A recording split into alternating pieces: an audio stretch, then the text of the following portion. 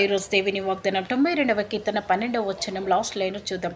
లెబానును మీది దేవాదారు వృక్షము ఎదుగులాగున వారు ఎదుగుదురు. దేవుడి వాక్యం దీవించినగా ఇది మీకోసమే రిసీవ్ చేసుకోండి. మీరు అనుకోవచ్చు, మా జీవితంలో అన్నీ కోల్పోయినా మేము ఏది చేయలేము, మా జీవితం ఎండిపోయిన బ్రతుకులాగా మా జీవితం ఉందని మీరు అనుకోవచ్చు. కానీ దేవుడు అంటున్నాడు, మిమ్మల్ని లెబానులో దేవాదారు వృక్షం ఎదుగులాగా మిమ్మల్ని, మీ పిల్లలను, మీ కుటుంబాలను నేను ఎదిగించులాగున చేయబోతున్నానని దేవుడు మాట్లాడుతున్నాడు. కళ్ళు మూసుకొని ప్రార్థన చేస్తాను. మహోన్నతుడ మగ్గనుడ నా దేవానికి స్తోత్రం. వాళ్ళని ఒకసారి దర్శించి నీ దర్శనంలోకి తీసుకుని వాళ్ళకున్న ఇరుకులు ఇబ్బందుల కష్టాలు తొలగించండి. వాళ్ళని ఆశీర్వాదాలతో నింపండి నాయన. నీకు వందనాలు. లెబానులో దేవాదారు వృక్షం ఎదుగులాగున వారిని చేయమని అడుగుచ్చినాను తండ్రి.